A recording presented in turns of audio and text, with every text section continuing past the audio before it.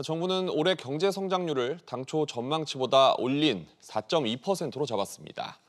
성장률을 올려잡은 만큼 달성을 위한 기업과 소상공인 지원책도 내놨는데 하나씩 살펴보겠습니다. 정윤영 기자 나왔습니다.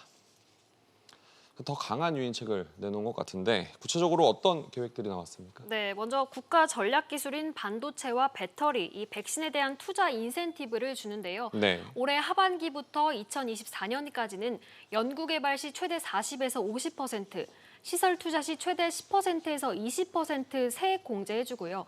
신규 투자 촉진을 위해 2조 원 이상의 설비 투자 특별 자금을 지원할 계획입니다. 네. 또 소상공인 대상으론 1%대 저금리 대출을 해주고 착한 임대인 세제 지원 대상에 임대차 계약이 남아있는 폐업 소상공인을 추가합니다.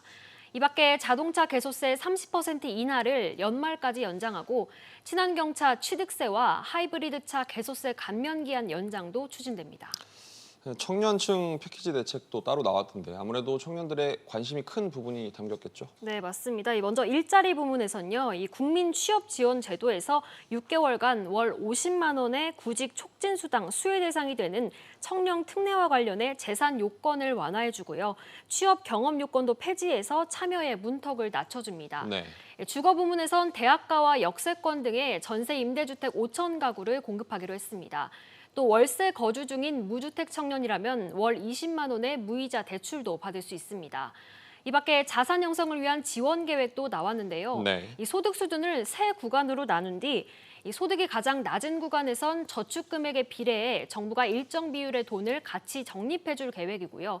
중소득 구간에선 저축 시 받는 시중 이자 외에 정부가 추가로 이자를 더 줄 계획입니다. 네. 가장 소득 수준이 높은 구간에선 소득공제 혜택을 부여하는 금융상품을 도입할 계획입니다.